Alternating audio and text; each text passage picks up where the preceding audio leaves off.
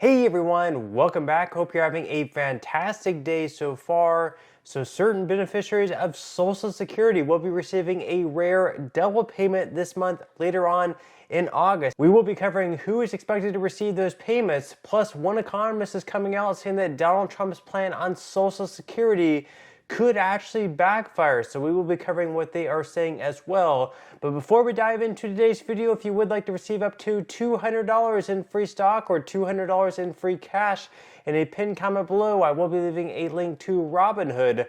All you have to do is once you click on that link, is just sign up for a free account and then simply link your bank account. You do not even have to make an opening deposit. At that point in time, Robinhood will be sending you one free stock worth all the way up to $200.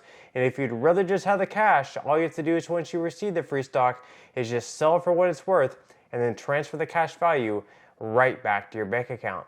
Okay, so diving right into our lead story of today's video. Over the past couple weeks, Trump has been touting his different proposals on Social Security, one of which is to remove all taxation at the federal level on Social Security benefits. Now, one economist is coming out and saying that this plan could actually backfire. So we are going to be going over why they are saying that. So according to this article right here from Newsweek, Donald Trump's Social Security plan could backfire, says one economist.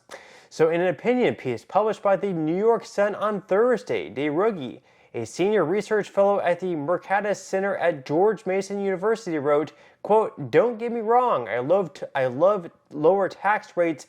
I also believe the current tax structure on benefits creates a large incentive for seniors who may want to re-enter the workforce to choose not to do so, and these types of work disincentives in the tax code are bad." It went on to say, while reducing Social Security taxes may encourage some seniors to go back to work, it will in turn cause more dramatic problems if not paired with reform to Social Security benefits, something neither Trump nor Ms. Harris cares to recognize. Social Security income was not taxable until 1983, when then President Ronald Reagan made the benefits taxable above a certain threshold. This threshold hasn't been adjusted for inflation in the years since, meaning that a lot more beneficiaries are now taxed on their Social Security income than they were more than 40 years ago. According to data from the Government Accountability Office, about 40% of Social Security recipients pay federal income taxes on their benefits.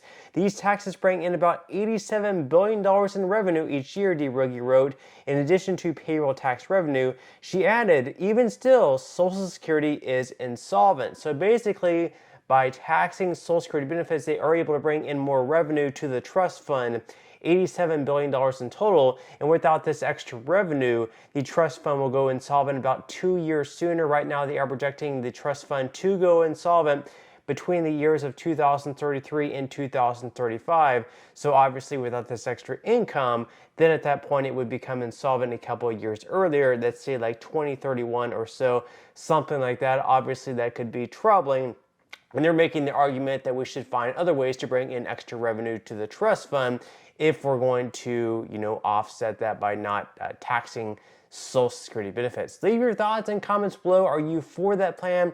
Are you against that plan? Obviously, Trump also has some reduction in tax plans as well. So if you're like a waiter, a bartender, or any other job that relies a lot on tips, he's also going to make it so those tips will not be taxable either.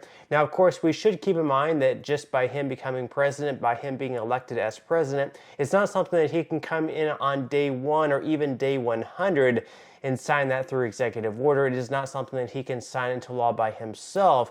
He will have to have Congress pass this through Congress first. So we'll need to pass through the House of Representatives with at least a majority vote.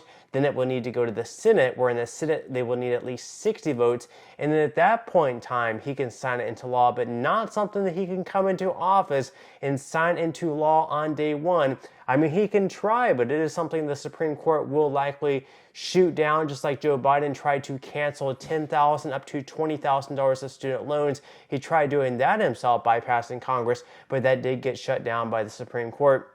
So it is something that Trump could try himself, but it is something that would get shut down by the Supreme Court more than likely. Now, in some other news, of course, CNN just announced yesterday that Trump and Harris did agree to at least one debate they are going to be doing at least, possibly up to 3 debates in total. So according to CNN, Trump and Harris agreed to debate on ABC on September 10th, network says. So Donald Trump and Kamala Harris are set to debate on ABC on September 10th after the former president said Thursday he had agreed to the face-off along with 2 others next month. So he said, quote, ABC News will host qualifying presidential debates to debate on September 10th on ABC. Vice President Harris and former President Trump have both confirmed they will attend the ABC debate, the network said in a statement. Speaking at a news conference at his Mar-a-Lago resort in Florida, Trump said that he was looking forward to debating the vice president and that he had agreed to upcoming dates with Fox News, ABC, and NBC. He said, I think it's very important to have debates,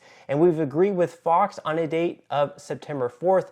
We've agreed with NBC, fairly full agreement subject to them on September 10th, and we've agreed with ABC on September 25th. Now, a senior Trump advisor and an ABC source familiar with the matter both said that the correct dates Trump has agreed to with the networks are September 4th with Fox News, September 10th with ABC, and September 25th with NBC. So all 3 debates would be held in September before October, and of course the early voting and everything like that started. Trump, of course, also said that minor details were still being worked out, including audience and locations. So where are they going to hold these debates? Are they going to allow an audience? Is that going to help Trump? Is that going to help Harris?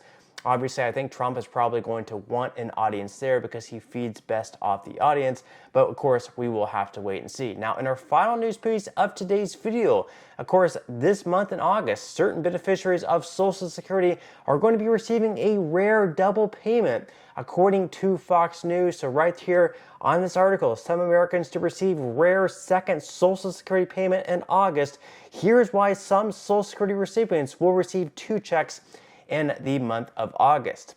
So they say that some Americans will receive 2 Social Security payments in August, a rare occasion that is a result of a quirk in the system.